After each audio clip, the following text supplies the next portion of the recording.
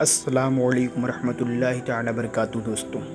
دوستوں آج میں بتاؤں گا آپ کو حضور صلی اللہ تعالی علیہ وسلم کی برکات نبوت کا ظہور۔ جس طرح سورج نکلنے سے پہلے ستاروں کی روپوشی، صبح صادق کی سفیدی،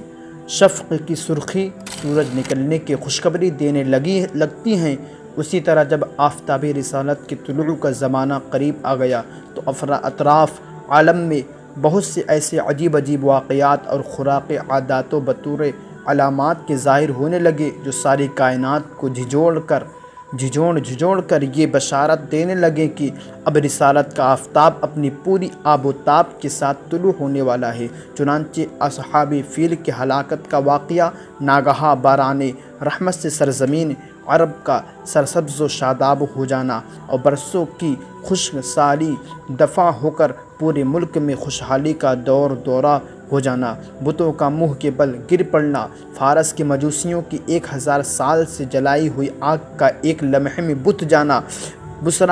کسریٰ کے محل کا زلزلہ اور اس کے 14 کنگروں کا منہدم ہو جانا، ہمدان اور قم کے درمیان 6 میل لمبے 6 میل چوڑے بجرے ساوا کا یکایک بالکل خشک ہو جانا، شام اور کوفہ کے درمیان وادی سماوہ کی خشک ندی کا اچانک جاری ہو جانا، حضور علیہ السلام کی والدہ کے بدن سے ایک ایسے نور کا نکلنا جس سے بصرہ کے محل روشن ہو گئے۔ یہ سب واقعات اسی سلسلے کی کڑیاں ہیں جو حضور علیہ السلام کی تشریف آوری سے پہلے ہی مبشرات بن کر عالم کائنات کو یہ خوشخبری دینے لگے کہ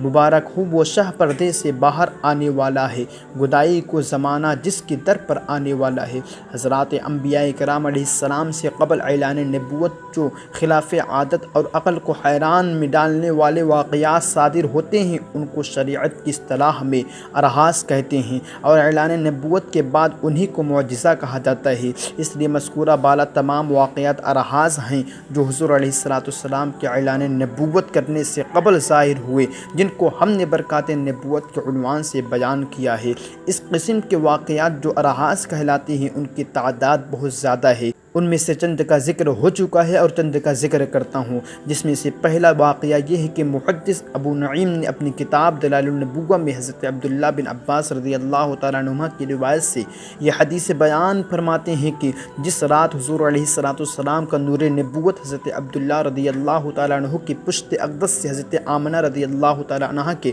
بطن اقدس میں منتقل ہوا، روئے زمین کے تمام چوپائیوں خصوصاً قریش کے جانوروں کو اللہ تعالیٰ نے عطا فرمائی اور انہوں نے بزبان فصیح اعلان کیا، یعنی اپنی زبان سے انہوں نے یہ اعلان کیا کہ اے مکے والو سن لو، آج اللہ عز و جل کا وہ مقدس رسول شکم مادر میں جلوہ گر ہو گیا ہے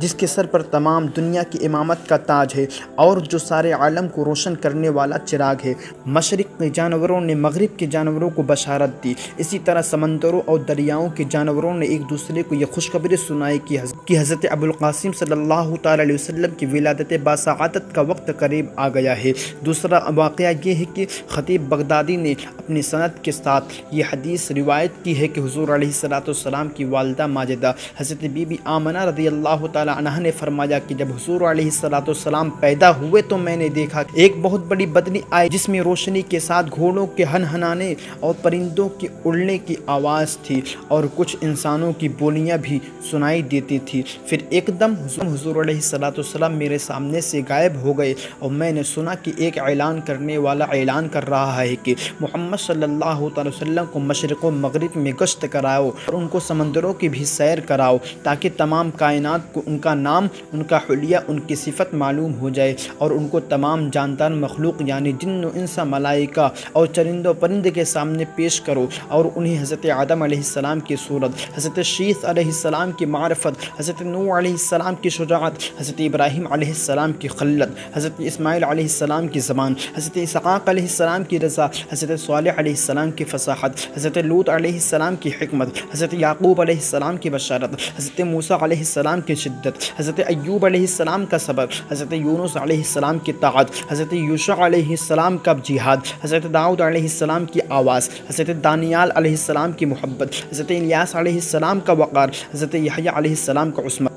حضرت عیسیٰ علیہ السلام کا زہد عطا کر کے ان کو تمام پیغمبروں کے کمالات اور اخلاق حسنہ سے مزین کر دو۔ اس کے بعد وہ بادل چھٹ گیا۔ پھر میں نے دیکھا کہ آپ ریشم کے سبز کپڑے میں لپٹے ہوئے ہیں اور اس کپڑے سے پانی ٹپک رہا ہے، اور کوئی منادی اعلان کر رہا ہے کہ واہ واہ، کیا خوب، محمد صلی اللہ تعالی وسلم کو تمام دنیا پر قبضہ دے دیا گیا ہے، اور کائنات عالم کی کوئی چیز باقی نہ رہی جو ان کے قبضے، اقتدار و غلبہ اطاعت میں نہ ہو۔ اب میں نے چہرے انور کو دیکھا تو چودھویں کے چاند کی طرح چمک رہا تھا اور بدن سے پاکیزہ مشک کی خوشبو آ رہی تھی۔ پھر 3 شخص نظر آئے،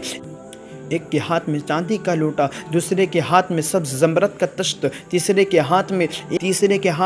ایک چمکدار انگوٹھی تھی۔ انگوٹھی کو 7 مرتبہ دھو کر اس نے حضور علیہ السلام کے دونوں شانوں کے درمیان مہر نبوت لگا دی، اور حضور علیہ السلام کو ریشمی کپڑے میں لپیٹ کر اٹھایا اور ایک لمحہ کے بعد مجھے سپرد کر دیا۔ یہ تھا حضور علیہ السلام کے برکات نبوت کا ظہور۔ آئے نہیں ہیں، دھوم